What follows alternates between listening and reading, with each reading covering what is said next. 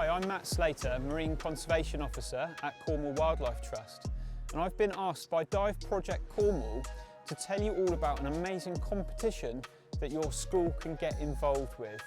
And I'm also going to tell you about some of my favourite marine animals that we find here in Cornwall. Many people don't realise that more than half of the UK's wildlife lives in the sea. Through the Dive Project Cornwall Schools competition, 400 lucky teenagers from 20 schools nationwide will be winning the opportunity to come to Cornwall and train as an open water scuba diver. If your school is successful, 20 of your students will have the opportunity to come here to Cornwall to train at Porthcerris Dive Centre, and you'll be given a whole programme of activities as well as learning to dive.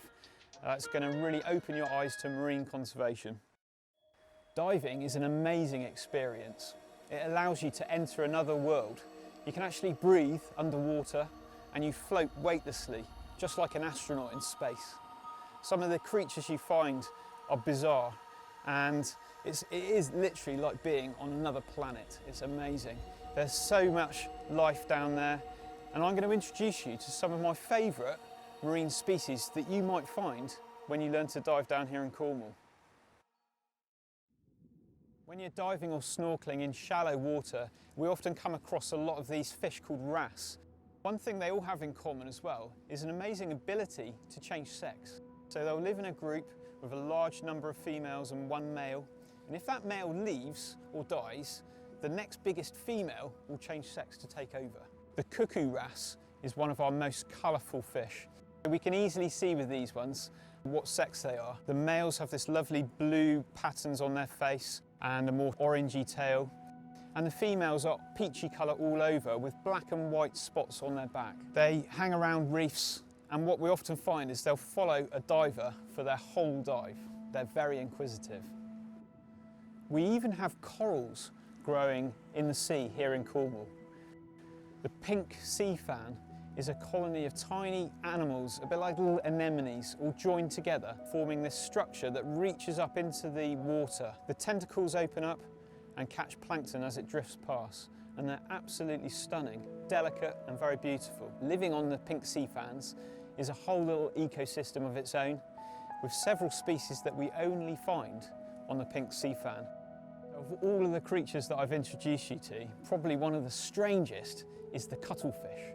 It's an amazing colour-changing creature, a lethal predator.